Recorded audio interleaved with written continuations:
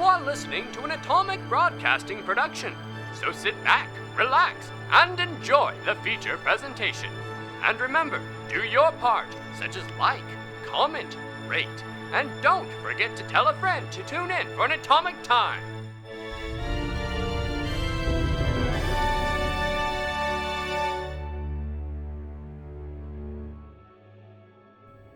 Now, where did we leave off? Ah, yes.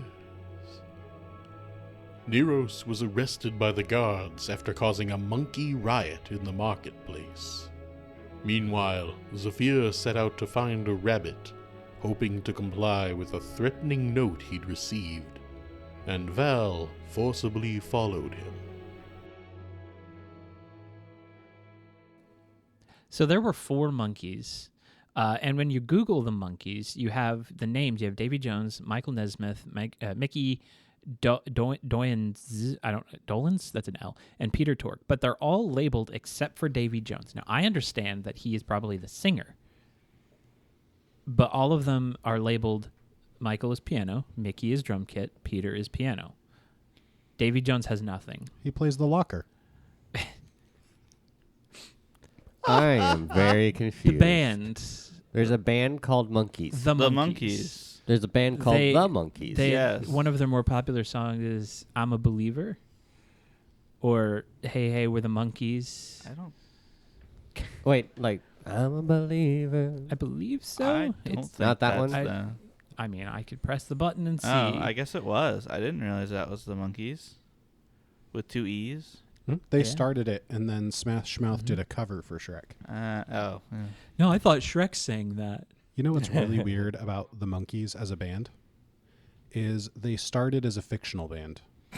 There was a sitcom What? called The Monkees that was like based on the popularity and the idea of the Beatles.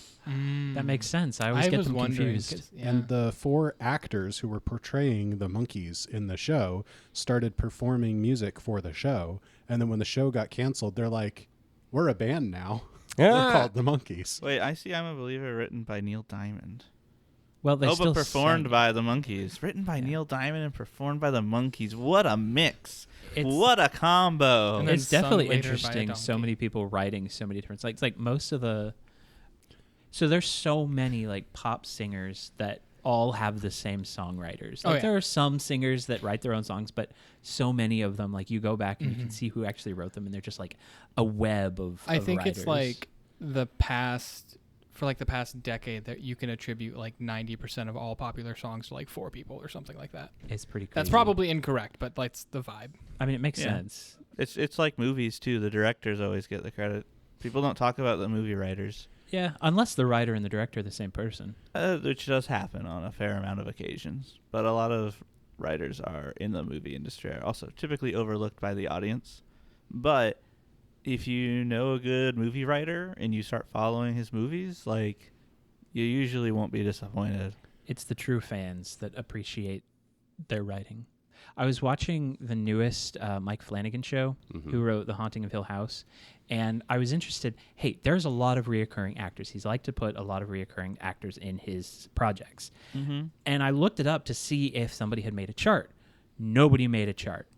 I mean, there was one at one point, but was apparently taken off of Wikipedia because they thought it was an April Fool's joke or something. I don't know.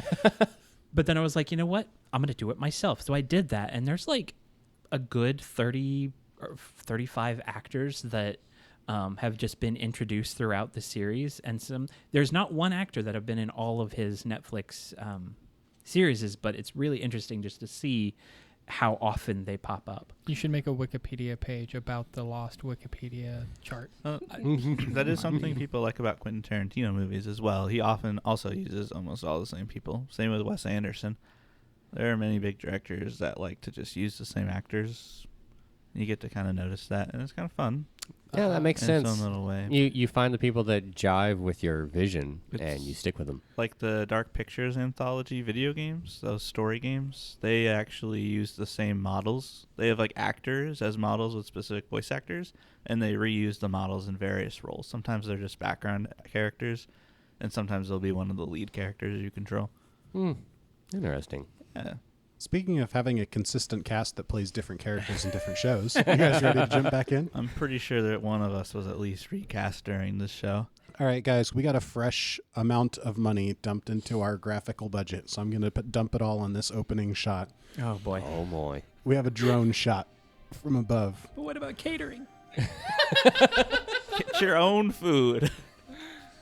The camera swoops down and swings in and does like an over-the-shoulder shot of Sigurd as she's flying through the town, flies over the disordered, destroyed marketplace with people still trying to pick things up from the chaos, soars past a road where we see Neros being led down with an enforcer on either side of her, just like holding her arms with them shackled behind her.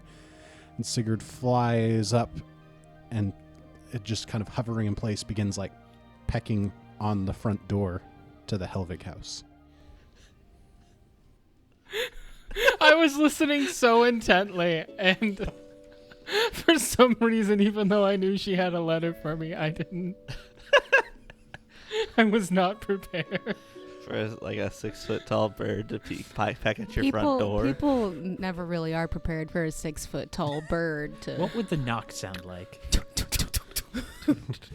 Insert Foley. Good thing here. she's not a woodpecker. No. Knock, knock, wing, wing, nut, Oh, knock, knock, wing, wing. peck, peck. Alward is going to get up from wherever he's sitting in the house. His unseen servant that he summoned in the house is going to go open the door as he walks up and just sees the 6-foot-tall bird standing there. I don't. Sigurd?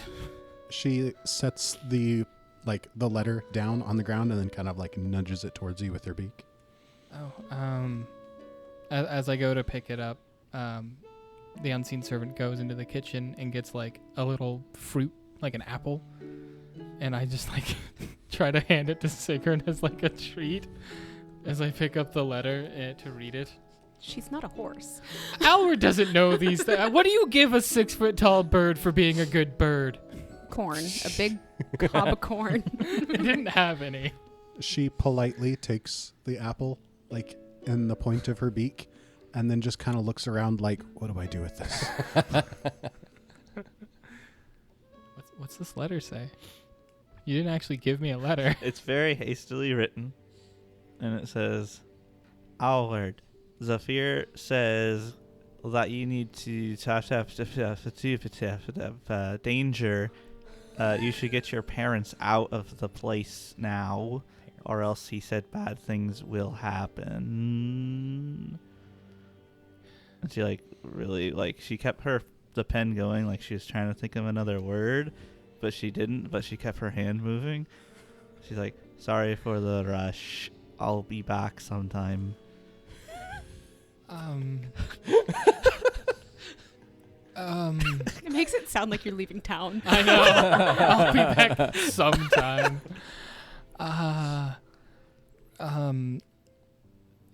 Alward's going to turn around and just be like, Mom, would you want to come to the meet Rayquest with me? We could bring Lena with us. In fact, we probably should not return here. All right. I mean, it would be good to see Rayquest again. I mean, he's that nice gnome you used to work for, right? Yes, he was. He used to be my direct superior. I know Lena's in the forest right now. Do we know how far? She usually doesn't go too far in. Do you think Val's bird could deliver a message to her for them to meet us at the tavern? I don't know if Val's bird can. She walks up and kind of like, hands on her knees, kind of crouches down, looks at Sigurd, and is just like, hi, bird. A 6-foot-tall bird? She crouches How down. tall is Alward's mom? 9 feet tall. She's crouching down, not to get on the bird's level. She's crouching down to not appear imposing. She's trying to be like, hi, little animal. Canonical facts. You know, like when you talk to a horse or a cow and you're just like, hi. My incredibly sick mother looks very imposing. It's true. She's just like, hi, bird. could you deliver a message for us? Sam, I'll let you take over, Sigurd. Oh boy. Sigrun tosses the apple and it knocks over like a lamp. And she just stares at Alward's mom dead in the eyes. And then one of her little feet reaches out like you can put something in it. And Valia reaches out and takes the foot and shakes it, and then looks at Alward. We're making friends, Alward.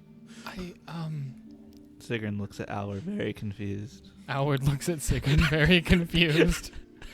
I don't normally deal with the bird. I can just go get Lena. Starts like opening and closing her talons, like put something in here. Oh. Valia picks up the apple and puts it back. I thought she was smart. And now you see where Alward gets his awkwardness from. You think it was from my adventuring heroic father? Sigrun just drops the apple. Oh, I think it wants a letter or a thing to take. Oh, yes. I'll write one really quick. And she heads into the house. Sigrun looks over and sees a shiny rock and also takes that. We'll do a wipe transition, and we see as Alward and his mother are stepping out of the house and closing, locking the door behind them, Sigrun flies up and starts heading off towards the forest, and the camera pulls back with Sigrun, but as she turns to go towards the forest, we kind of stay behind, and the camera turns and looks down. And now we're looking just north of the market square, where we see the headquarters for the Enforcers. As Neros is being walked up to the front door and into that door, the camera keeps pulling down, and the camera pulls down and is looking over Einar's shoulder as he's just walked around the corner to watch Neros being led into the Enforcer's base. Oh boy. Oh boy. Einar, rounding that corner, he seems lost in thought. And he looks up and he sees Neros being led into the headquarters. And contrary to what anyone might think, his reaction isn't, "Oh no," or "What happened?" He just sighs. And he just has the look of, "Oh, bother." Can he see the market? It's actually just south of you, so if you look to your right, you'll see that. He looks over at the market, and he sees the aftermath of what happened. And once again, contrary to what somebody might think, there isn't a look of confusion or of what happened here. It's more of, oh. Oh boy.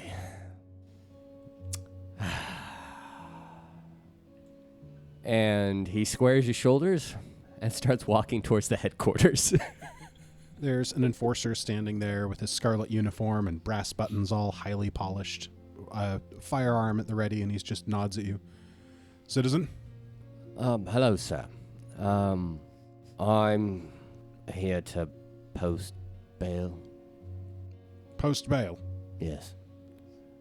Well, we've only got one person in the hold right now. Yup. For that, you'll have to talk to the captain. Figured. Come with me. Thank you. Leads you inside, and again, you just see just the last bit of a door closing as they're leading Neros into the back of the building. But he takes you up to the counter where a clerk is standing there and just looks up and, oh, and he just keeps looking up at Einar. Can I help you? Yes. I believe you have a person that I'm trying to post bail for. Oh, starts looking through his papers and is like, yes, she had a warrant out for her arrest, so she's been arrested. I saw. I watched it. Oh, well, more of watched the aftermath. Let's see. So her bail, It would be 200 gold. Golly. You seem surprised. It does seem like a lot for what looks like happened. Oh. What happened? Did she kill somebody? I was hoping you'd tell me. I think we're on different pages. Maybe we have the wrong person. Well, what I was don't. the warrant for? Well, let's see. And he pulls out a wanted poster and he hands it over to you and has a reasonably good likeness of Neros drawn on it. And it says, wanted for murder. He just looks down at it, looks up at the clerk, looks over at the guard, looks down at it. Not what I was expecting. Mm-hmm. Do you know her? Not that well, apparently. Oh. If you've been traveling with her, maybe you could help find some of her accomplices. And he starts fanning out some wanted posters with likenesses of Val and Alward and Zephyr. I wasn't there if they're talking about Dave. And then he's looking at one that he hasn't pulled out yet. And he looks at you. And he looks at the paper. And he looks at you. He starts squinting. He just grabs the paper out of his hand, looks at it. I don't know any of these people, unfortunately. In fact, I think I have the wrong person. I only saw the back of her. I'm going to need a deception check. Sure. He's good at lying to us. I wonder which murder they're getting us for. Probably Dathan. I know. I wasn't there for You Dathan. He wasn't actually there for murdered Dathan. someone? How dare you? It That's could be for the you- chieftain. that's for me that to we know just and for you to fought. find out. Sven is turning in a hero point card. What did you roll? A 1. Oh, no. That would have been excellent. Roll it again. 15. I roll a 5. Ooh. He just looks skeptical and he's like, could I mean, obviously, you're not wanted for anything, so I wouldn't want to apprehend you or anything, but could I take down some method of contacting you in case we have any questions once we get to the interrogations? I know you're not. Absolutely. Yeah, I know you're not from in town, so just wherever you're staying. Bother, where was I staying? I only came in a few days ago. I'm sure we could find some space for you at the company public house, and if you mention my name there, you could probably get a discount. Yeah, where is the company one? Oh, it's not far to the north of here, closer to the mine. The mine. Oh, the name. The mine. That makes sense. Certainly. Belenor Soski. Belenor Soski. All right, I've got that. And he takes the paper from you and starts, collecting the pages back together. I just want to be clear. The company tavern is not the miner's pick. I know. Okay, you said the I said name. the town name.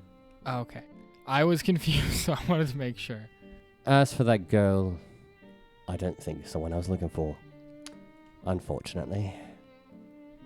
Oh, She's more of the one I'm thinking of is more of mischief. Less of the murder kind. right. Would you like to put in a missing persons report, or No, she'll turn up eventually. that's fair if she is as mischievous as you're saying? I'm surprised she's not here already, honestly.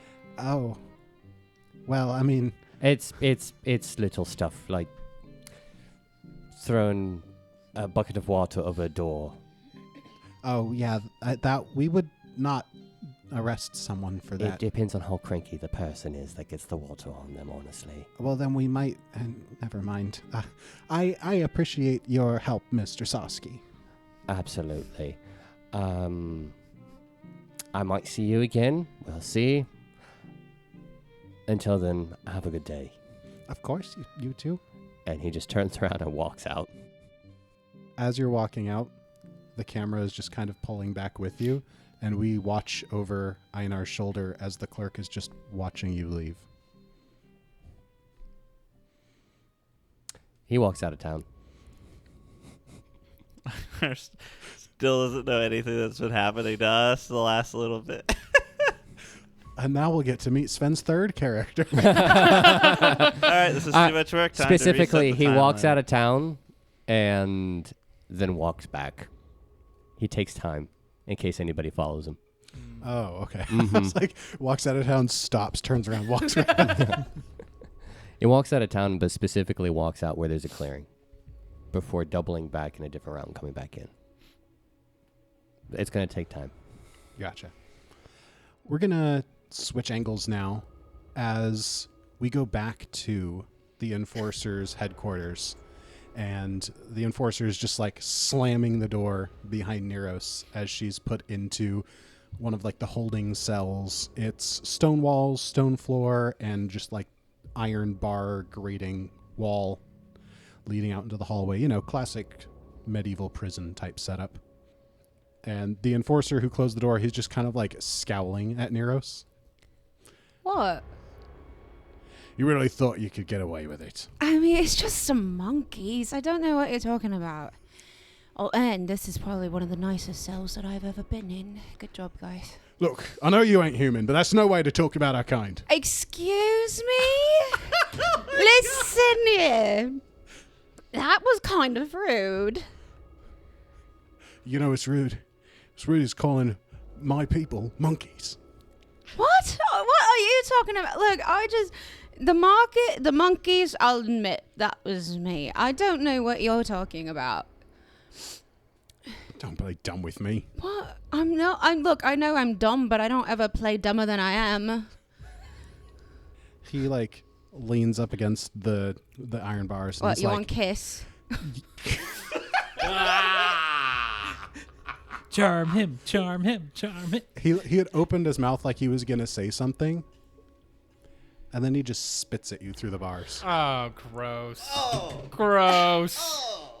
She like reels back and it's like, that was extremely uncalled for. That's disgusting. What did you have to eat last? Garlic? You are wanted for the murder Murder? of Brengar Aronson. I didn't murder Brengar. We have it on good authority. By who? One of his kin. His cultist friends?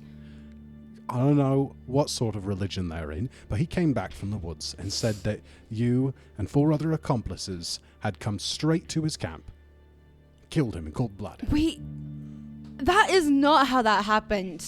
She's like starting to sober up a little, getting a little angry. You know what? Save it for the judge. I didn't kill him. He kind of starts walking out. And I've done a lot of stuff, but I've never killed anyone in cold blood. He is walking away from you, kind of just ignoring what you're saying, and then he stops at the door and kind of just tosses over his shoulder. I wouldn't be surprised if you'd be on the gallows by tomorrow. And with that, he walks out. You just kind of see Neros look around the cell. And she has this very childlike terror look in her eyes. And with that, we do another Star Wars style wipe transition. And we are out in the woods. Zafir, where are we going? The hunting grounds. So I'm leading Val, using my expert hunting skills to find the nearest clearing where there may be rabbits. You know, it's crazy. Whenever I'm thinking about how Zafir would be, I think, yeah, sure, kill 1, 2, several people, but I don't want to go out and kill animals. Personally, that feels very mean. However, I digress. I'm looking for a rabbit. Make a survival check. It's a good thing I have a plus 12. So that's 14 total. So with your arm handcuffed to Val, it's just kind of awkward It's not as easy for you to get down and look for tracks and check for things as it normally would be. And every time you feel like you might be onto something, you're just kind of distracted by that, and you're having a lot of difficulty getting any solid leads on a rabbit. Is there anything else that I can possibly run into? Zafir, do you need me to look for the rabbit? I can find a rabbit. I was kind of hoping it would be more symbolic myself. I can but, wait. If you'd like to offer, that would be fine, I guess. Sure, yeah, it's a 28. Val, you do see, you're shackled to a shorter person, so it's kind of drawing you closer to the ground instead of away. And you do find some rabbit tracks leading actually closer towards the edge of the forest than you are right now. Well, you should be able to just get that way. There's a track here. Well, it appears you've found something. Ah, yeah, you can take it from here if you want. Okay, I'll try. But if you see me going off course, please direct me the Sure, right yeah. way. I would hate to make you feel like you didn't get to find the rabbit. Not off to a great start. And I follow the path the best I can. As you are heading down the path, between your survival skills at a +12 and Val's assistance, now that she's pointed out the tracks at the very least, it's not too difficult for you to follow them. But as you're moving along, you start to hear voices up ahead. Do you wait? Does she hear the voices? Val? Yeah, you both hear the voices. I kind of stop and kind of tug on the handcuffs a little bit. Mm-hmm. Do you hear those voices? What voices? You hear the voices, right? What do you mean? Yes, I do. Sorry, I was trying to be a little levity. I realize it's probably not helpful right now. Keep your voice down. Oh, sorry. Yeah, levity. That's what I tried to do. What do the voices... Do I recognize these voices? As you're focusing, the first thing you realize is it sounds like children. Second thing you realize is it sounds like a boy and a girl. And at that moment, that's the exact sound and face that Zafir probably makes when he realizes he hears Lena and Diedrich on the path up ahead. It sounds We have like to go. children. We have to go What now. are they doing out here by themselves? It's searching. We have to go now.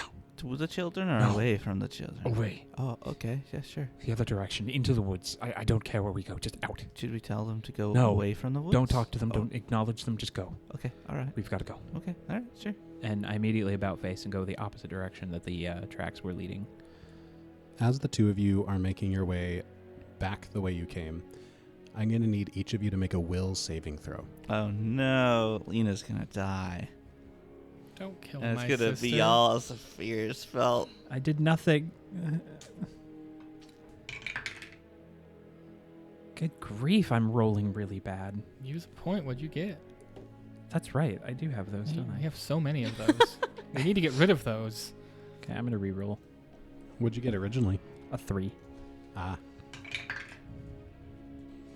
So you can Can I only do that? that? No, I you can only can't use it do- once. Oh. You get to keep the higher one. I rolled a 3 again. Oh, Oh, gosh. no. Oh, I'm also spending a hero point, by the way. What'd you roll? I rolled like a 5 in my reroll. I need one of you. I rerolled and got a 16. Okay, so. thank goodness. My total is 31. As the two of you are turning around and heading back the way you came, you remember that scene from Snow White where she's going through the No. forest and like everything starts looking scary. There's like the trees with faces and everything. That kind of thing is starting to happen, and everything around you is just shifting into the nightmarish. Like trees have faces, branches feel more like they're grabbing at you, everything's just getting darker. And Val, as you're focusing on this and realizing what's going on, I'm gonna undo our handcuffs. as you're undoing the handcuffs, you kind of like look up and you're starting to like see through the faces on the trees. And the more you focus on just a normal tree and the reality of the situation, the more you're able to just see through things, and they're all just looking just like they always have. You're just in the woods.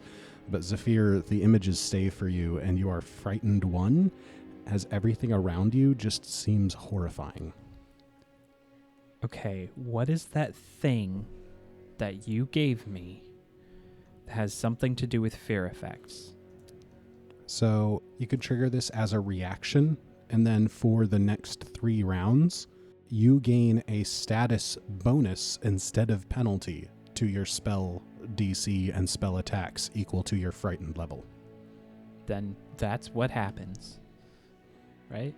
Yeah, you can do that as a reaction. And just so you know, you can only use this once before you have to spend 10 minutes to like settle yourself down. And then that recharges the ability to use it again. That's fine. I just immediately go at it. So you start channeling that fear into magical potential, and as long as you're frightened for the next 3 rounds, you're going to be getting a status bonus to your spells. But there doesn't seem to be anything else. The woods around you are just taking on that ghoulish appearance, but there's nothing coming at you out of the trees. There's just an oppressive presence. I draw my rapier, and I look at Val and I say, I'm so sorry. It's okay. I'm here with you. Val, I don't know what's happening. There was some sort of illusion, but it faded away. Val, I don't think it's an illusion. What? It's What here from me. It may not be affecting you, but... Yeah, I felt something, but I shook it off. I pull out my glaive as well.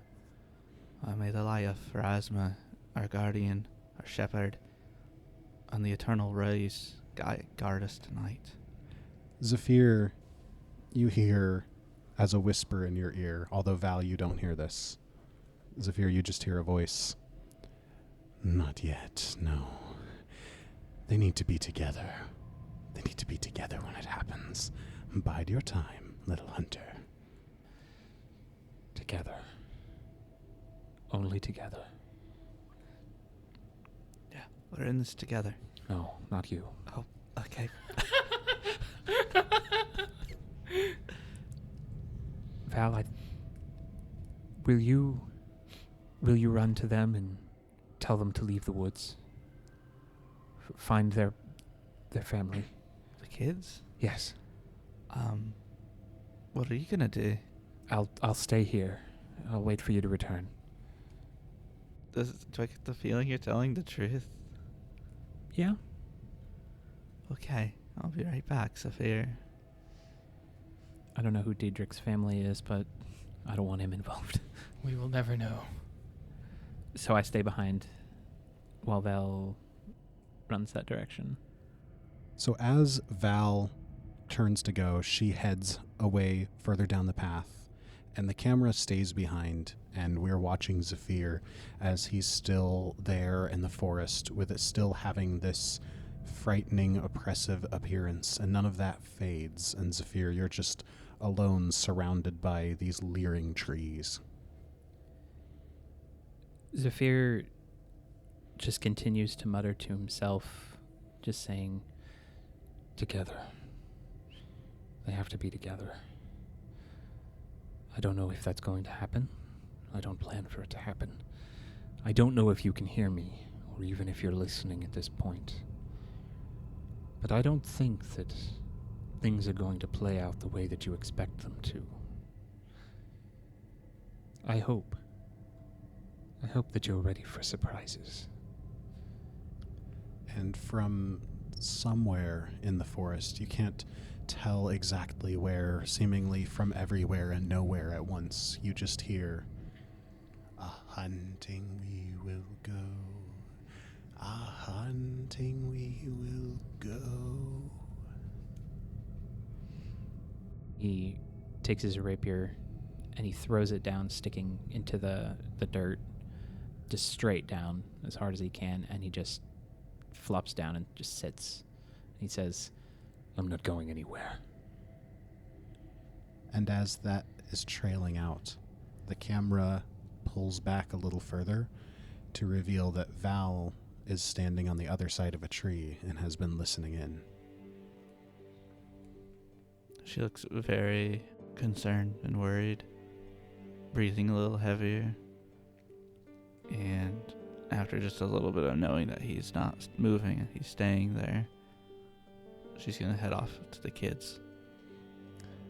Val, when you catch up to the children, they're both like picking blackberries, and they have a basket almost overflowing with berries by this point, and they both look very surprised to see you come pushing your way through the underbrush of the forest. Hi. Yeah, you two need to start heading home now. Oh, sorry. Is the sun going down already? What time is it? No, it's more like 3:30. No, not yet. It's just that there's something out here, and it might be a bit dangerous for you, so I need you to get back home safe. And Diedrich opens his mouth to reply when suddenly you hear the sound of wings, and Sigrun flutters into the clearing next to y'all. Oh, Sigrun. What's that there you got? And she puts her hand out and heads over and for the message. It seems like there's a letter on her. Mm-hmm.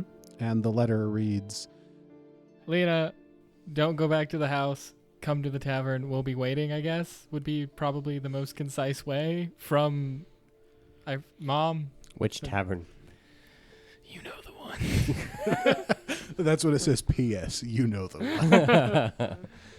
one. Okay, Lena, this is for you. Your mom's saying you need to get to the miner's pick. Oh, okay. Did she want us to bring the berries? Definitely, that'd be great. All right. Diedrich, will you help me? And he nods and takes one side of the basket, and they start heading back into town. She kind of watches them go off for a little bit, and then starts hurrying back to Zephyr. And I imagine Sigrun comes with you. Yeah, I'll have Sigrun start going up high and looking to see if she sees anything in the surrounding forest around us, as best she can. Zephyr, just as you're beginning to hear the underbrush wrestling with Val's return, the oppressive surroundings seem to dim and lessen, and by the time Val has caught up with you again, the woods and forest around you are just totally back to normal. When Val comes up to the area that Zephyr is at, she sees him just with his eyes closed. Every once in a while he opens them up to just look around him and then closes them. And every time he opens his eyes, she can see that his irises have turned to a light blue, and then they shut again. Each time he opens it, light blue, closes again. She also sees that he's waving his telekinetic hand just up into the air, just kind of waving it above his head and in the forest. Just seemingly aimlessly, no real reason for it, but that's how you find him. She'll walk up, put her glaive in the ground next to your rapier. How were the kids? They're safe. With a lot of blackberries. How do you know? They were picking blackberries. How do you know they're safe? I watched them head back to town. I don't think that's a good indicator. I have faith, Zephyr. And she's gonna sit down next to you. I have no faith. I've expressed before that I have no interest in deities or higher beings. They just get in the way of things. I have faith in myself, but that's dwindling. Val, I don't even know if I'm scared anymore. I think I'm just done. I don't want anybody else to get hurt. I saw those children and immediately felt like retching. Because I knew what their fate was meant to be. Well, we are in a time where fate is sort of up in the air these days. They are what we make it. But why do we have to make it? Why does it have to be us? Why can't somebody else do the dirty work, so to speak? Somebody broke it, so to speak, beforehand. There was someone in charge of those sort of things, and Now they're gone, So right? now they're gone. Something was broken. So how But- do you keep a faith in something that goes away so easily? I don't have faith in knowing a future. I have faith in trusting that I'm working towards the right future. Why do we have to work towards it?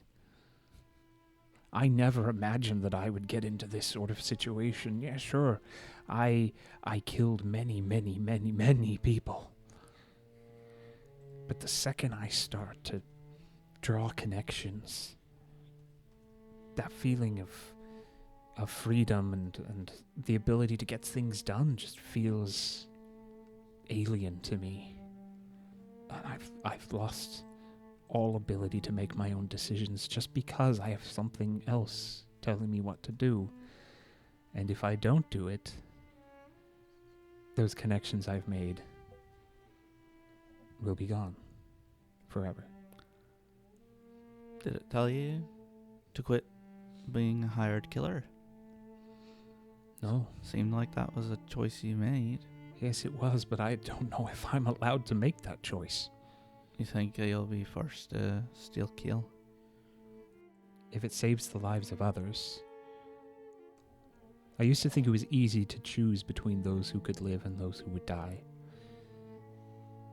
But when it involves me specifically, it's the hardest decision I've ever made. I just wish I could run away from it all, and even though that wouldn't solve it, I would put you all out of danger. Alwood's family, our friends, you. We could all go back to the way things used to be, except maybe the impending doom of the Mad King. We'll deal with that in another way. There is that. The way things used to be, it's not always better. I used to be able to control things, do things of my own accord. Now it feels like there's nothing that I have that helps anymore. That could be the case. Or perhaps it's because you're just now discovering those choices and that freedom that you have that you haven't before. It's often easy to feel comfortable and like we're doing the right thing when we're not making our own decisions. And it's hard and scary when we finally hit that point in our lives where we can make the decisions. But it's so foreign to us that it doesn't feel like we are. He keeps calling us little rabbits. I don't know if he's referring to you all, or just me, or an easy prey. The hunt. Zafir, I know you're not a religious person, but so I will say this. It's up to you how easy of prey you're going to be. If you're going to be a rabbit, or if you're going to be Zafir, or Zephyr. I think I'd rather be Zephyr. Tell me,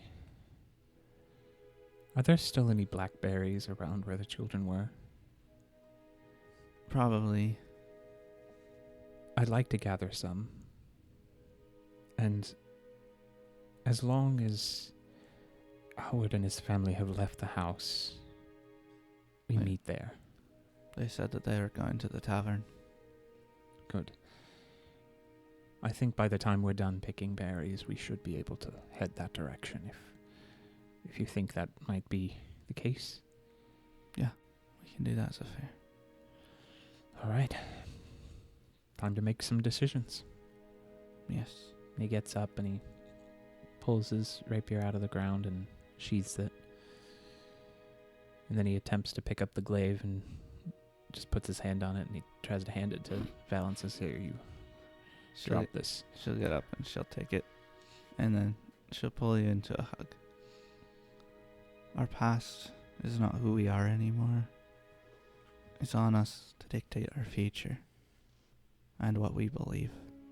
So much talk of faith. I think what I need is hope. Well, let's go find something to give you more hope, huh? Berries is a good start. Berries. Hopeful berries. And as a tree passes in front of the camera, we do a wipe transition as the camera now is pulling out of the corner into the prison, and we see Neros in the cell. At that moment, we hear the squeaky hinges of the prison door opening, and a guard starts walking in. Abby, I would like you to pick a number between 1 and 12. Oh, That's a lot of numbers. 7. A good one. A nameless guard walks in. Okay. Aww. Not Bob. Not Bob. Or whatever his name was. His name is Bob now. He rotates. Let us know if we're correct in the bottom in the Yeah, comments. please. But this one, he's wearing an oversized name tag that says Jeremy. Oh, okay. Oversized so we remember it better. We won't. And he walks in and just kind of looks at Neros for a minute, and he's like, dinner time. He's holding a tray of bread and water. That's not a lot. From what I've been told, it's more than you deserve. You've been told wrong. That's what they all say. Now step back from the door and I can slide the food in. She takes a step back. He sets the tray down outside the door and like slides the little tray door, starts pushing the food tray in. Listen, Jeremy, right? How did... Oh, yeah, the name tag. Look, we can all be friends here. Can you help me out? And I need a will save.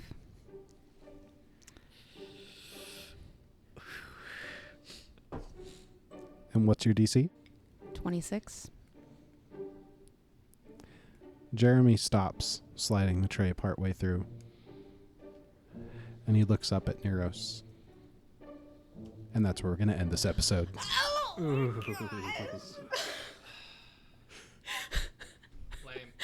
so unsatisfying. It's Jordy's job to be unsatisfying. I will tell you, the results from my die are very interesting. I'm sure they are. All right, so the hero point for this episode goes to Petite for his very detailed, character-oriented, how he's handling the scene, really exploring what Zephyr is going through. Makes for really good storytelling. Well, thank you, sir, and everyone else who definitely had a hand in that decision. Was it blackberries? Yeah. I'm gonna go eat some blackberries. Good All right. choice. And we will see you all in the next We episode. can mug those kids and take their black. No, Sam! Say no to mugging! This has been an Atomic Broadcasting production. If you enjoyed the show, make sure to give us some support by liking, commenting, and following. These things really do make a difference in getting the word out and helping our community grow. Also, make sure to check us out on Threads and check out the Discord server, where you can chat with other fans and discuss all the recent developments and happenings. Links to all these good things in the description below. The Written in the Lost is an original story that uses trademarks and/or copyrights owned by Paizo Inc., used under Paizo's fan content policy. Atomic Broadcasting and The Written in the Lost are not published, endorsed, or specifically approved by Paizo. For more information about Paizo Inc. and Paizo products, visit paizo.com. Hope to see you all in the next episode. Until then, have an atomic time. Wow. Wow. Wow. Bless you. Oh my wow.